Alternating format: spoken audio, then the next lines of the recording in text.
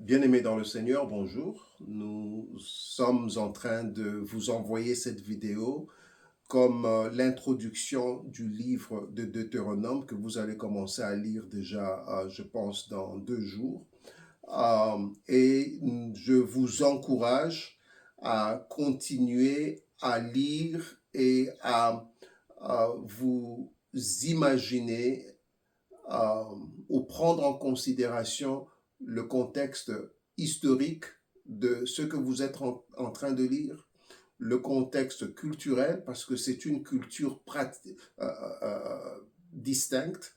Il faut que vous puissiez aussi considérer la relation qu'il y avait entre Dieu et son peuple Israël, afin que vous puissiez voir comment est-ce que vous pouvez adapter ou bien comment est-ce que vous pouvez mettre les choses en pratique vis-à-vis des contextes qui existaient déjà en ce temps-là. C'est un exercice très important parce que souvent nous lisons la Bible en petites parties. En lisant la Bible en général, nous prenons en considération tous ces contextes-là et nous vivons une vie qui répond plus aux Écritures.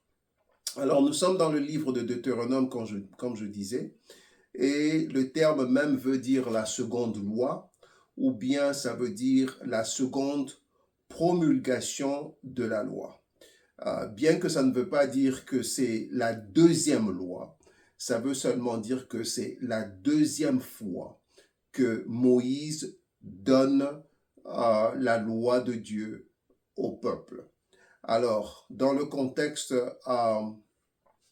historique, le peuple de Dieu maintenant se trouve devant la terre promise. Ça fait 40 ans qu'ils ont traversé le désert, qu'ils ont erré dans le désert. Maintenant, ils se trouvent devant la terre promise. Le peuple avec lequel Moïse se trouve, devant lequel Moïse se trouve, cette génération, c'est une génération nouvelle.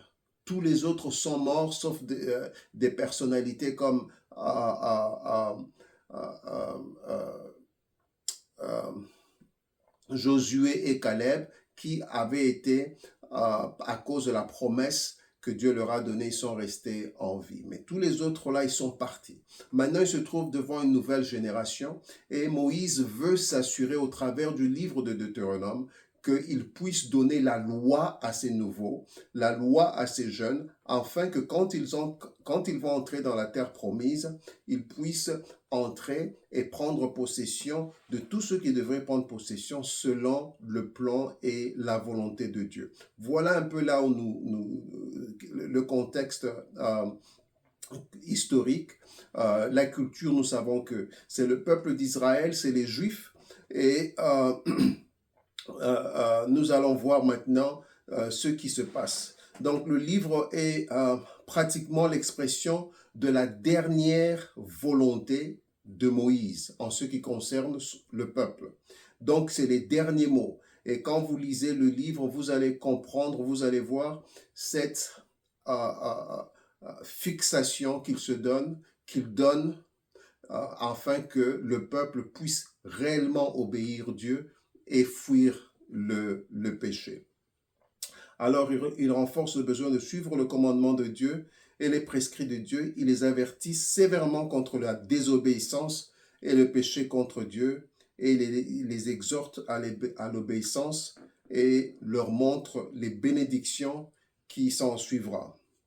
Alors le livre commence avec un rappel des événements importants des 40 années où ils ont erré dans le désert. Alors là, c'est du chapitre 1 au chapitre 4. Puis ensuite, Moïse revient sur la répétition des commandements de Dieu et il les exhorte à respecter ces commandements de Dieu. Et là, c'est de Deutéronome 5, du chapitre 5 au chapitre 26. Après, il leur donne des directives au sujet de la terre promise, leur disant que faire, comment faire une fois qu'ils entrent dans la terre promise, avec une exhortation où il insiste sur l'importance de obéir Dieu. Et là, nous trouvons ça dans les chapitres 27 et les chapitres 28. Et puis il rappelle encore l'alliance, il rappelle le renouvellement de l'alliance entre Dieu et Israël. Cette relation-là, c'est une relation d'alliance. Il y a une alliance, il y a une entente qui est au-delà des générations. Alors, il veut qu'ils puissent comprendre ça et qu'ils puissent continuer à vivre dans cette alliance-là. Cela, c'est dans les chapitres 29 et 30. Alors, je voudrais vous donner quelques versets importants et quelques versets que vous devriez considérer, mémoriser. Ce sont des versets importants parce que je crois sincèrement que chacun d'entre nous a reçu une promesse. Et un jour, vous vous trouverez au seuil de la promesse, devant votre promesse. Et ces versets sont des versets qui peuvent vous aider à considérer les étapes à faire avant d'entrer dans votre terre promise, euh, les choses à considérer pour bien entrer dans la terre promise et bien plaire à Dieu. Alors le premier verset, celui que je vous recommanderais même de mémoriser, c'est Deutéronome 6.5 qui dit « Tu aimeras le Seigneur, ton Dieu, de tout ton cœur, de tout ton être, de toute ta force. » Alors, ce verset est important, mais il y a un verset avant cela, c'est le verset 4, qui, des deux, ils font le schéma, une prière juive que les Juifs font souvent. Alors, elle va comme ça, c'est « Écoute Israël, l'Éternel, notre Dieu, est le seul éternel. Tu aimeras le Seigneur, ton Dieu, de tout ton cœur, de toute ton âme, de tout ton être, de toute ta force. » Juste pour souligner, la raison pour laquelle Deutéronome 6.5 est très important, c'est un verset que Jésus-Christ lui aussi a repris quand il a dit l'importance, les deux commandements qui sont importants pour les chrétiens. Le premier, c'est d'aimer. Il a répété ça, tu aimeras le Seigneur ton Dieu. Et le deuxième, c'est ton prochain. Donc, Deutéronome 6.5 est un verset très important. Songez à mémoriser cela.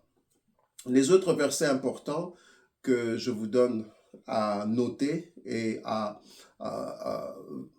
faire attention quand vous le lirez, c'est Deutéronome 4, 29, Deutéronome 5, 29, Deutéronome 5, 33, Deutéronome 7, 9, Deutéronome 13, 4, Deutéronome 28, 1. Tout le chapitre de Deutéronome 28 est un chapitre très important. J'espère que vous lisez-le même 2 fois. Ça vous fera du bien dans votre vie spirituelle. Puis après vient Deutéronome 30, 16, Deutéronome 31, 6 et Deutéronome 31, 8. Donc des versets importants quand vous lisez, parce que je sais que vous allez lire la Bible complètement, mais j'aimerais que vous puissiez vous arrêter là et insister un peu là-dessus, parce que je pense que ces versets-là auront quelque chose qui peut s'ajouter à votre parcours pour votre terre promise, parce que elle est là. Dieu a une promesse pour vous. Voilà un peu l'introduction du livre de Deutéronome. Je vous remercie pour votre attention.